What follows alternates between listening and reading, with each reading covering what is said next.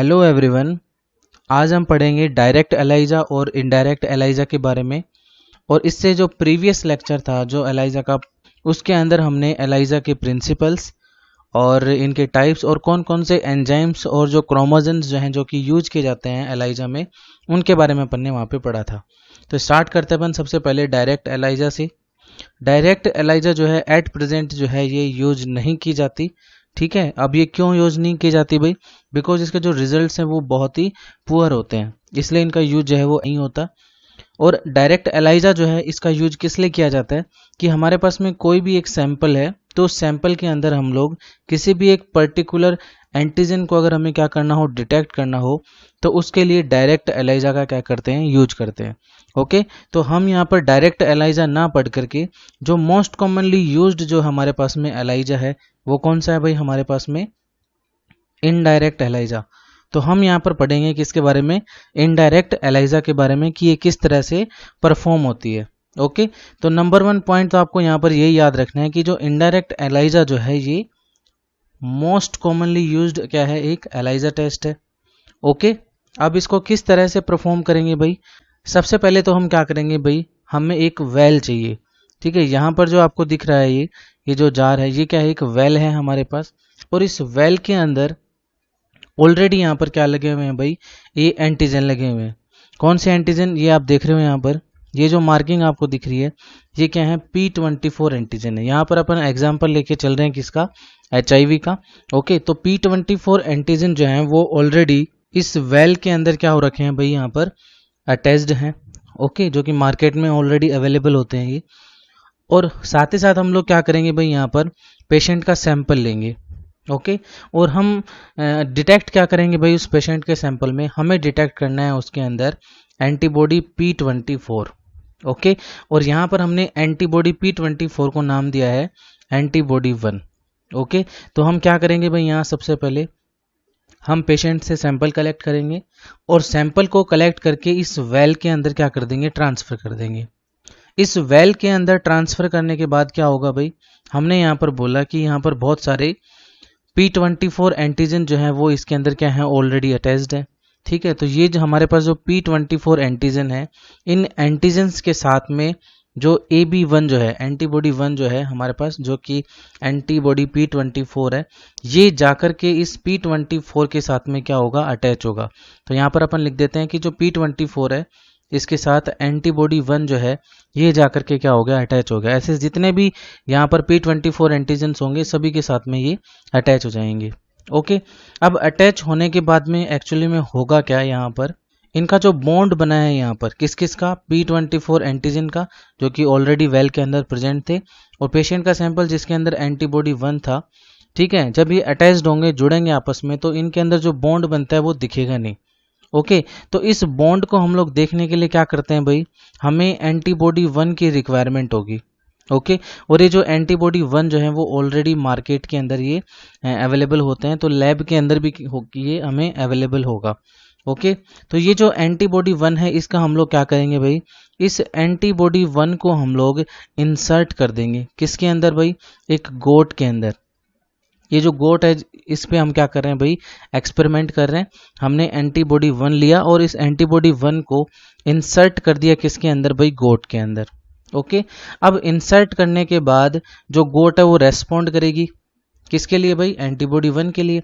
और जब रेस्पॉन्ड करेगी इतना, तो उसके लिए क्या करती है? गोट की बॉडी के अंदर फॉर्मेशन होगा किसका? एंटीबॉडी 2 का।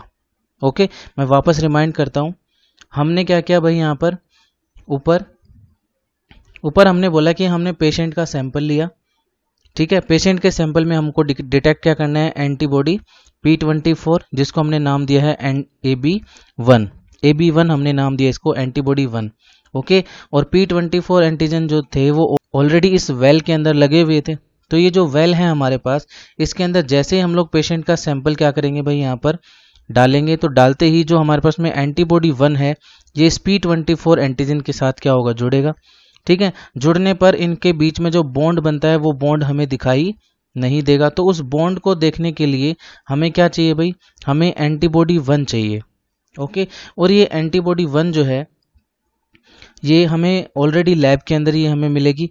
हमने क्या किया कि इस एंटीबॉडी 1 को एक गोट के अंदर क्या कर दिया, इंसर्ट कर दिया, और इंसर्ट करने के बाद जो गोट है वो उसका जो इम्यून सिस्टम है वो रेस्पॉन्ड करके क्या बनाता है, एंटीबॉडी 2। ठीक है, अब इस एंटीबॉडी 2 को हम लोग क्या कर लेंगे भाई, कलेक्ट कर लेंगे। ओके, अब देखिए क्या होगा। साथ ही साथ आपको यहाँ पर ये भी याद रखना है कि ये जो एंटीबॉडी 2 हमारे पास में बना है यहाँ पर, ये AB1 जो है, एंटीबॉडी 1 जो है उसके अगेंस्ट है। ठीक है, तो ये आपको याद रखना कि एंटीबॉडी 2 जो है, AB2 है, वो AB1 के क्या है भाई, अगेंस्ट है। और AB1 क्या था भाई, AB1 के बारे में भी आपको याद रखना है कि AB1 था एंटीबॉडी P24। ओके, अब हम लोग क्या करेंगे कि जो हमारे पास में यहाँ पर एंटीबॉडी 2 बना है उसके साथ में एंजाइम और सबस्ट्रेट का जो कॉम्प्लेक्स था, इसको हम लोग क्या कर देंगे, इस सैंपल के अंदर, इस वेल के अंदर क्या कर देंगे, वापस ऐड कर देंगे। ऐड करने पर क्या होगा कि यहाँ पर जो हमारे पास में एंजाइम और सबस्ट्रेट का जो कॉम्प्लेक्स है यहाँ पर, ये जाकर के जो एंटीबॉडी 1 है उसके साथ क्या हो जाएगा, जुड़ जाएगा। तो ये जो एंटीबॉडी जो कि ऑलरेडी प्रेजेंट है वेल के अंदर, तो ये जो कॉम्प्लेक्स है ये जाकर के इसके साथ क्या होगा, अटैच होगा। अटैच होने पर यहाँ पर हमें जो एंजाइम और सबस्ट्रेट है उसका रिएक्शन हमें यहाँ पर देखने को मिलेगा, और रिएक्शन के फॉर्म में हमें यहाँ पर क्या देखने को मिलेगा भाई, कलर देखने को मिलेगा। ओके, तो अगर एंजाइम और सबस्ट्रेट की अगर रिएक्शन होती है तो रिएक्शन होने पर क्या आएगा, कलर आएगा। ओके, और कलर जब आ जाता है यहाँ पर, तो इसका मतलब क्या हुआ कि ये जो हमारे पास में जो हमने टेस्ट किया है एलाइजा, ये क्या है भाई, यहाँ पर पॉजिटिव है। ठीक है, तो कलर आना मतलब क्या हो गया, टेस्ट पॉजिटिव है। और ये जो टेस्ट यहाँ पर पॉजिटिव आया है, यहाँ पर अपन को याद रखना कि हम लोग जो कलर है उसके हिसाब से हम लोग क्या निकालेंगे भाई, ओडी वैल्यू निकालेंगे। ओडी वैल्यू क्या होता है भाई, यहाँ पर ऑप्टिकल डेंसिटी। ऑप्टिकल डेंसिटी, तो कलर के हिसाब से हम लोग क्या निकालेंगे, यहाँ पर ऑप्टिकल डेंसिटी निकालेंगे। और ऑप्टिकल डेंसिटी निकालने के लिए हमें क्या चाहिए, यहाँ पर एक इंस्ट्रूमेंट चाहिए जिसका नाम है ऑप्टिकल डेंसोमीटर। ठीक है, और जो वेवलेंथ यहाँ पर यूज की जाती है वो मोस्ट कॉमनली कौन सी होती है भाई, 450 नैनोमीटर, जो कि मैंने प्रीवियस लेक्चर में भी बताया था, जो कि एब्जॉर्बेंस के लिए यूज होती है। ठीक है, तो यहाँ से भी क्वेश्चन बनता है, तो ये आपको याद रखना है। ठीक है, इट मीन्स कलर अगर आता है तो आपको समझ आना है कि जो टेस्ट है वो कैसा है भाई, पॉजिटिव है। और अपन ओडी वैल्यू देख लेंगे यहाँ पर। ओके, और ओडी वैल्यू देख करके अपन पता लगा सकते हैं कि ये कितना टाइटर है और कितना नहीं है। जितना ज़्यादा डेंस कलर होगा तो उतना ही ज़्यादा क्या होगा भाई, यहाँ पर मोर टाइटर हमें देखने को मिलेगा। ओके, तो वापस मैं एक बार रिवाइज करवा देता हूँ क्विकली, आप ध्यान से सुनिएगा। यहाँ पे सबसे पहले हमने यहाँ पर बोला कि जो इनडायरेक्ट एलाइजा जो है, नंबर 1 ये मोस्ट कॉमनली यूज्ड क्या है भाई, एलाइजा टेस्ट है। ठीक है, एलाइजा का टाइप है। हम लोग सबसे पहले क्या करेंगे, हमने क्या किया, जो पेशेंट था उससे एक सैंपल लिया। ठीक है, उस सैंपल के अंदर हम लोग अज्यूम करके चलते हैं कि फिर हमें देखना उनके अंदर क्या, एंटीबॉडी P24। ठीक है, जिसको अपन ने डिनोट किया है किससे, एंटीबॉडी 1 AB1 से। और ये जो वेल है इसके अंदर P24 एंटीजन जो है वो लगे हुए हैं। जैसे हम लोग ये पेशेंट का सैंपल इस वेल के अंदर डालेंगे तो जो एंटीबॉडी 1 है ये जाकर के इस P24 एंटीजन के साथ में क्या होगा, अटैच होगा।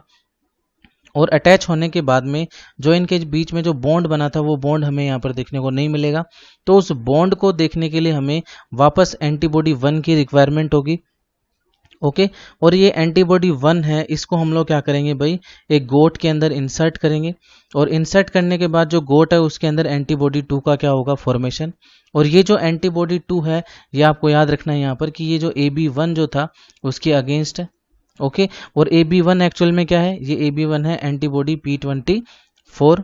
ओके, अब यहाँ पर हमारे पास में जो AB2 बचा है तो उस AB2 का क्या करेंगे भाई, हम लोग यहाँ पर इस AB2 को हम लोग एंजाइम और सबस्ट्रेट का जो हमारे पास में कॉम्प्लेक्स है इसके साथ में हम लोग किस में डाल देंगे, वापस इस वेल के अंदर डाल देंगे। और वेल में डालने के बाद जो एंजाइम और सबस्ट्रेट जो है ये जाकर के इस AB1 के साथ में क्या हो जाएंगे भाई, जुड़ेंगे। और जुड़ने पर क्या होता है भाई, ये रिएक्ट करेंगे, जिसको अपन बोलते हैं एंजाइम सबस्ट्रेट रिएक्शन। और जब एंजाइम सबस्ट्रेट रिएक्शन होती है तो क्या आता है, कलर आता है। ठीक है, और कलर आने का मतलब हो गया कि टेस्ट क्या है भाई, पॉजिटिव है। ओके, फिर अपन ओडी वैल्यू निकाल लेंगे ऑप्टिकल डेंसोमीटर से। ओके, तो ये था किसके बारे में भाई, यहाँ पर हमारे पास में इनडायरेक्ट एलाइजा के बारे में। Okay, thank you.